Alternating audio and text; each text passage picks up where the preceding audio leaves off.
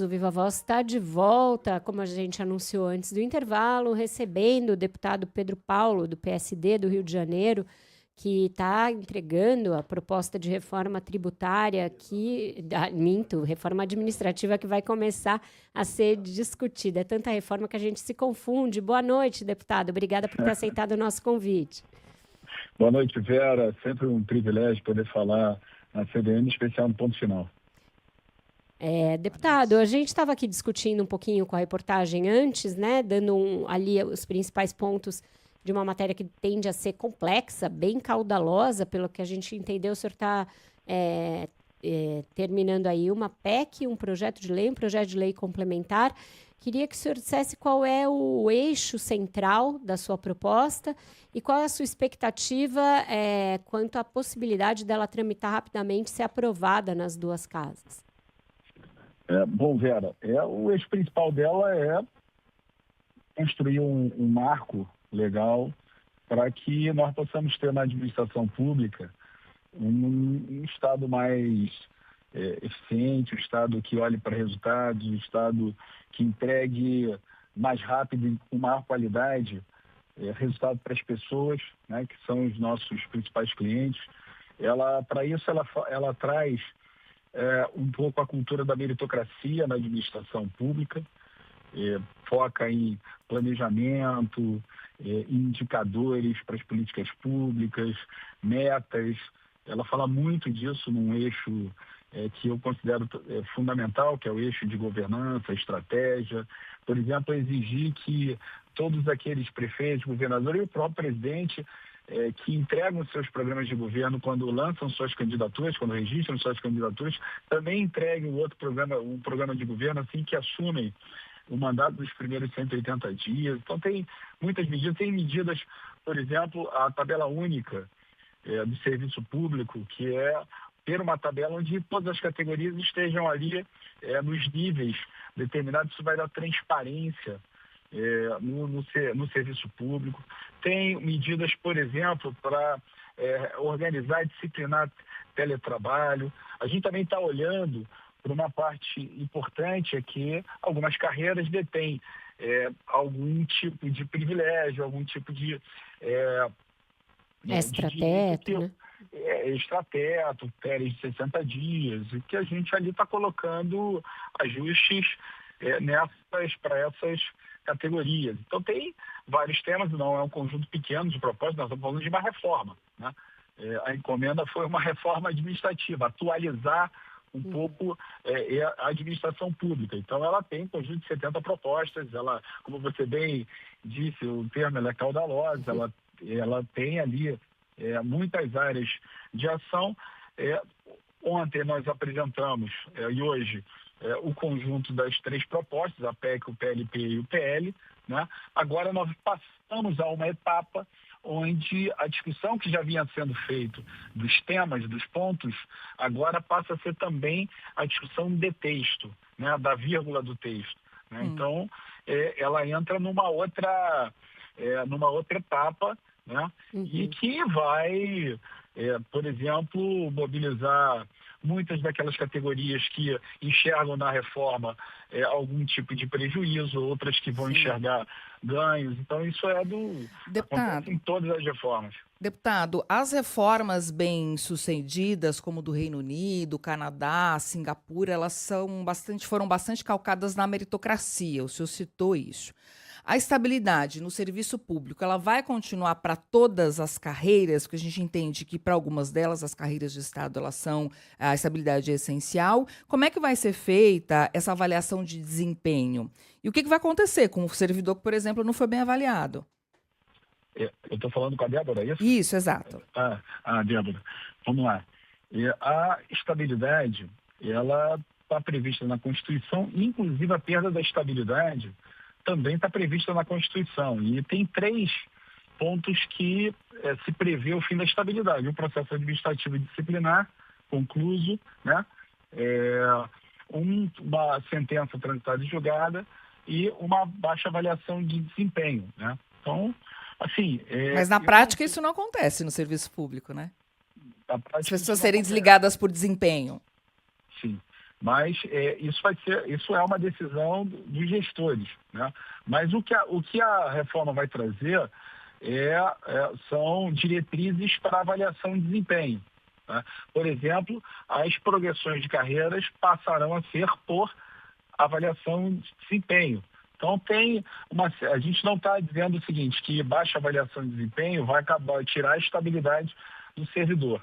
Tá? Mas o que a reforma traz, por exemplo, é um conjunto de incentivos e um conjunto também de indicadores para que você possa distinguir aquele servidor que se esforça mais, que entrega mais, que se dedica mais, que consegue produzir mais resultado daquele que está acomodado ou daquele que está ali enrolando. Então, a reforma a meritocracia traz isso. Quando a gente fala, por exemplo, de bônus de resultado, para aqueles servidores que se destacam, eu não estou dizendo em prêmios, bônus para todos igualmente, eu estou falando para aqueles que tem ali, que vai ter um modelo ali de atingimento de meta, e aquele que se diferenciou vai receber mais do que outro, até isso distribuído em uma folha a mais de salário. Então tem todo um modelo que está sendo trazido de meritocracia, exemplo desses países que fizeram avançar a sua administração pública, ela pudesse entregar mais rápido, né, e com maior qualidade a partir desse conceito também. Ele não é o único, mas ele passa a incorporar, uma vez a reforma aprovada, a meritocracia na administração pública. Isso não é nada novo, não. Tá? Tem muitas. Débora, tem muitas administrações que já fazem isso, tá? Aqui na cidade do Rio de Janeiro, a Prefeitura do Rio faz isso, Salvador faz isso, Rio Grande do Sul faz isso, Mato Grosso do Sul, São Paulo tem algumas áreas que tem esse modelo de meritocracia muito bem implementado e que funcionam muito, e a gente olhou para todos esses modelos de sucesso.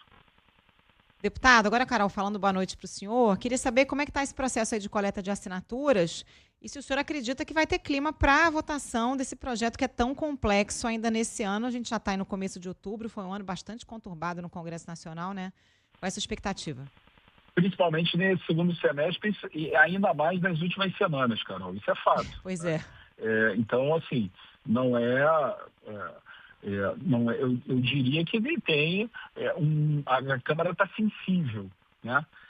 Depois da PEC das prerrogativas e agora com essa, você vê o resultado de ontem, né? A expectativa de construir uma agenda boa, agenda popular, entendeu? Então, assim, a gente não pode estar cego a perceber isso. Agora o trabalho meu, o trabalho do presidente Mota, o trabalho dos componentes do grupo de trabalho, a gente explicar o texto, começar a fazer esse trabalho de novo, porque isso já foi feito numa primeira etapa. Eu apresentei esse texto para quase todas as bancadas.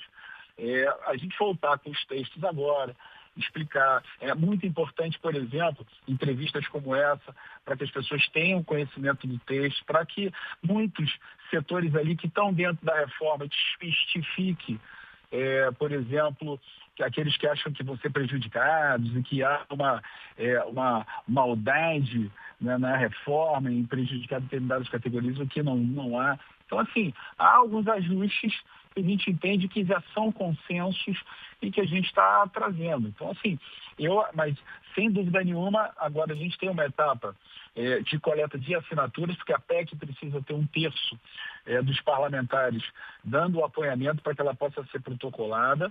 Tá? A partir daí, a gente vai ter as estratégias, os caminhos regimentais para fazer a PEC avançar até ela chegar no plenário. Tá?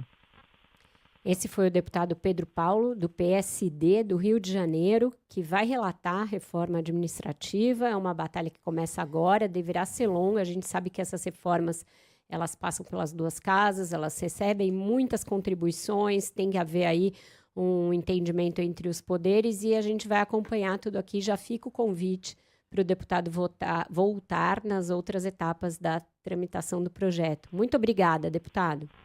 Olha, Vera, Débora e Carol, mais uma vez, muito obrigado. É um privilégio poder dividir com vocês esse tema tão importante para o Brasil e para todos os que estão nos ouvindo. Obrigado. Importante que o senhor volte, deputado, porque muitos ouvintes mandaram perguntas muito específicas, relativas a carreiras específicas. Aí fica difícil para a gente trazer no momento em que a discussão ainda começou e que a gente não conseguiu ler ainda as mais de 500 páginas da PEC. Então, importante ter o senhor aqui em mais algum momento para a gente conseguir detalhar melhor esses pontos. Então, peço desculpa aos ouvintes que mandaram essas perguntas muito específicas, mas vou tentar encaminhar também para a assessoria do deputado. Até mais, boa noite. Sim, importante, tem um site da Câmara que tem todo esse material, tem as 3 propostas legislativas e tem um fichário muito completo que tem todas as explicações de cada uma das 70 propostas. É muito importante essa divulgação para que a gente possa olhar ali o conteúdo, como se baseou essa proposta, para que a gente faça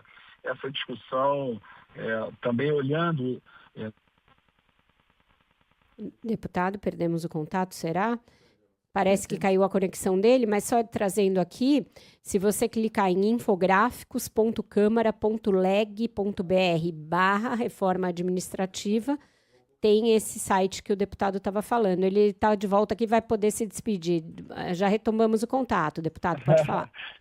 Não, obrigado. Vocês já divulgaram o site e ali tem todas essas informações, tem esse conjunto de detalhamento de cada uma das 70 propostas. É isso. Então tá bom. Muito Boa obrigada. noite. Até a próxima.